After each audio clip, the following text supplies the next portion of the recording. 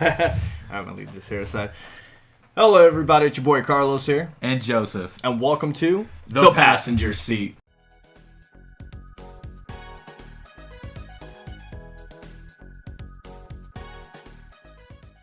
So today we're gonna talk about the most expensive figures that we own. Well, actually, because yours is not much just a figure, but a whole collection. Collector's pieces. An exclusive limited collector's piece. There we go. Yeah. That we own. Let's go ahead. And do you want to move on to mine first or yours? Whichever is fine. Okay, so I'm gonna put this to the side, and we're gonna go ahead and talk about Joseph's first. Okay, so mine is the Cyberpunk 2077 Collector's Edition for PC. All right, and so Cyberpunk 2077 is an action role-playing game that was released by CD Projekt Red in 2020, December of 2020. And so I'm going to go ahead and move this out the way because it does take up a lot of space. I'll just bring these in. Cyberpunk. Cool. All right.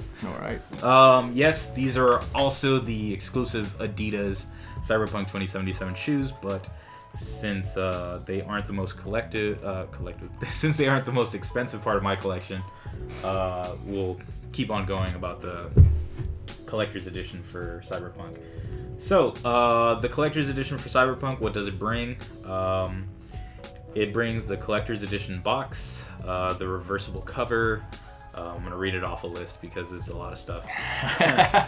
It brings a collectible steelbook, a 10-inch statue of V in action, a hardcover art book, a metal pin set, the Quadra V Tech metal keychain, the annotated copy of A Visitor's Guide to Night City, sealed in an NCPD evidence bag, an embroidered patches, a world compendium detailing the game's setting, postcards from Night City, a map of Night City, and sticker bomb set. So there has been a lot of unboxings of this collector's edition. I'm personally not going to open up the box. I want to keep it sealed. Pristine. Yeah, but if you do happen to see other unboxing videos, you notice that when they open up the case that encases all of the stuff, it does have it's signed by all the people who worked on Cyberpunk 2077. See, that's pretty cool. I think that's amazing. Yeah, that's pretty dope. So a little bit of the controversies going on with Cyberpunk 2077. The game had a really rough release just because it was so buggy. And the CD Projekt Red did promise certain things that they didn't deliver on.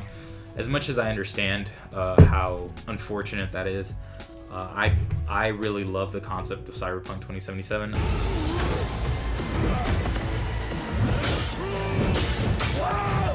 Yeah. I think it's an amazing game. I honestly believe that they're rushed. Yeah, and that's why they released the game. Right. I think they were. I think they should have. I think it would have been better for them if they would have just held off a little bit. And they would have just delivered on their promise. Yes, it was an oversight on their part for sure. However, it doesn't take away from what I feel for the game, and how much I really love the concept. All that, futuristic sort of, cyberpunk. That's the term. That's what I'm talking about. All right, in and out, bitches. Yeah, no, I mean, it's really freaking cool. I started playing the game myself, and I honestly don't. At least I played on the PS4, and I haven't noticed anything. I just enjoy the game. Right. I guess our expectations, or the bar for our expectations, was set low. For other people, it might have been set a little too high. I think they were just so focused on the cinematic trailers that they forgot that when you play a game, it's just not going to look the same way. Right. Wake the fuck up, samurai. We have a city to burn. And I give props to everyone in CD Projekt Red. I mean, hey, we were going through a pandemic, all throughout 2020, and for them to still work at their capacity and still produce a game of this scale, I think it's an amazing feat. Currently, they're going, unfortunately, they're going through a cyber attack. which is very unfortunate for me to hear because I don't think you should ever bring it to that point. Whoever's doing that, you're a very pitiful human being. Or human beings, yeah, I believe so. I believe that if you didn't like the game, just go get your refund. And yes, the refund process is going to be hard because you have a lot of people who are trying to get their refund. It's just the unfortunate matter of the issue, and I don't think you should ever compromise a company, especially when they do deliver. No, of course. Somewhat of a product. Yeah. Again, whatever. I enjoy the game. I'm glad I got my collector's edition. I'm glad I got the shoes, the collector's edition, the phone. The phone too. Yeah, we did a video on that. So actually, technically, that would be my most expensive collector's item. But okay, so we're gonna talk about since we're talking about the boxes and the exclusivity and price of them. How much did that cost? So the collector's edition for me was about $300 because I was getting it mid-hype. Okay. Of the game. You could probably find it for a little cheaper now that the reviews, have been all over the place. Of course. But yeah, so it was about $300. Okay. Mm-hmm. All right. Should we move on to? Yes. Okay. So I'm glad you guys enjoyed the Cyberpunk one. Now this is one of the most. It's a little heavy. Exclusive item in my collection, and for those of you who recognize. The lighting's hitting it, and those of you who recognize, this is Spaceboy from the Umbrella Academy. Now, I know most of you are probably do not recognize this version of him because you guys are watching the Netflix series, but yeah, this is his original comic book version, and this is the Dark Horse exclusive limited edition maquette. Maquette, I think is the proper term. Yeah. So there's only 300 made. I'm fortunate enough that I bought it when they were still releasing them, and I got number 21, which is pretty cool. Mm-hmm. And I don't care about taking it out, so because it's mine. So I'm just going to. That's what she said. Jesus Christ. Okay, so taking them out of the box. This is 14 inches tall and 19 in width, but that's because his arm is extended to this certain point over here. This thing is humongous, by the way. Massive. Christ. How much does that statue weigh? It's 13 pounds. Yeah. So this is a 13-pound statue, obviously solid inside, not hollow at all. Again, only 300 made. This is his original form. This is how he looks like throughout the whole comic series. I love the comic series. Don't get me wrong. The Netflix series is amazing. But honestly, I love the comic stories and the way they look in the comics much more. Right. Do you want to talk a little bit about Umbrella Academy for those watchers of course. Who don't know? So Umbrella Academy is about 7 kids okay, so they're born on opposite parts of the world, but each of them are born with superpowers. So this one scientist, if you want to say it like that, he goes around the world trying to scavenge for 30. There's 38 kids who are born with superpowers. He only manages to get 7 because he has to pay off the mothers, which is kind of messed up if you think about it. Yeah, it is kind of messed up. So he raises these 7 children to basically be superheroes and to save the world and all their, superpowers and stuff like that.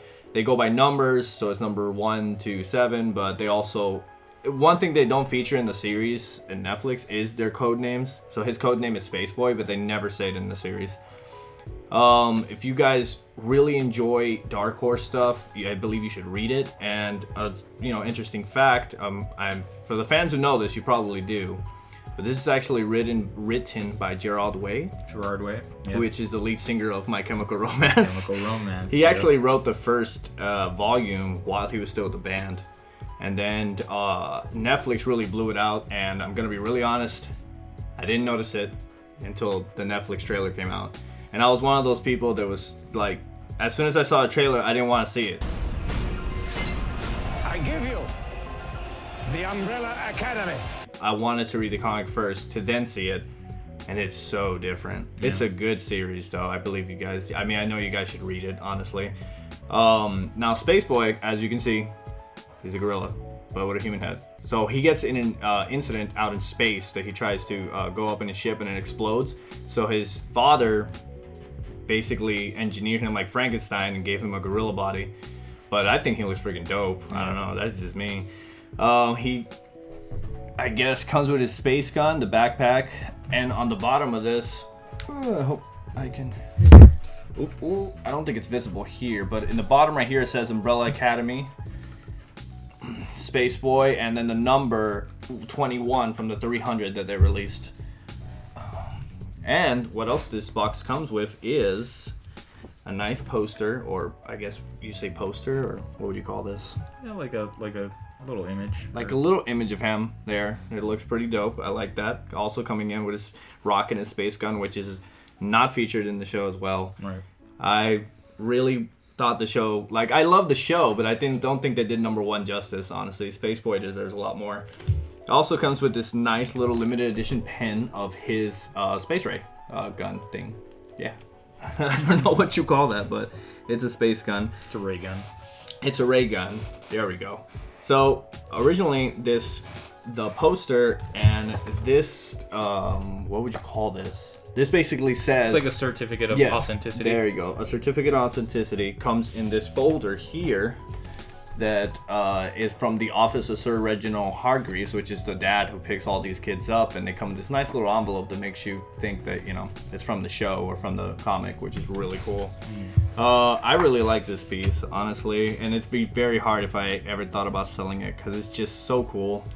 Right. I think they released one for another character named...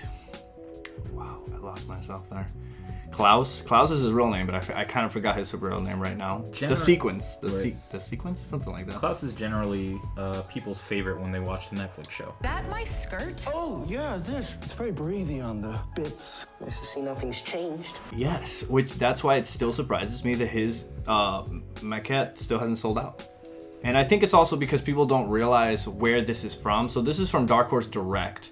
If you enter a Dark Horse website, it's just going to show you comics. You have to write in Google Dark Horse Direct, and it will take you there. And they have different stuff of different Dark Horse stuff, like Hellboy and the Avatar, which is pretty cool. Mm-hmm. But yeah, so that's, for me, the Umbrella Academy Spaceboy maquette. And how much did that run you? Oh, you know what? We actually have the same price on our stuff. Yeah. It's a whopping $300, but don't let that discourage you. I think it's amazing, and if you are as big as the Umbrella Academy fan as I am... Get up, we're going. Where? Save the world. Oh, is that all? It would go so good on your wall. Maybe displayed somewhere, and if they keep releasing... I haven't got Klaus yet, but because he's actually lower in price. He's like $200, but I think it's also because he weighs less and is smaller than him. Right. Because he's supposed to be the biggest figure out of all of them. So if they keep releasing it, you guys can collect the whole series, but... you know, it's pricey. Yeah. So, well, I mean, those were our most expensive collectibles. We hope you enjoyed seeing them, our little display of it. Just go ahead and write a comment down below what your most expensive, most valuable. Yeah, there you go. Most valuable, most exclusive item in your collection. If you want, just write it down below and share it with us. All right, and as always, we hope you enjoyed the ride with us, and hopefully you'll join us next time here in The Passenger Seat.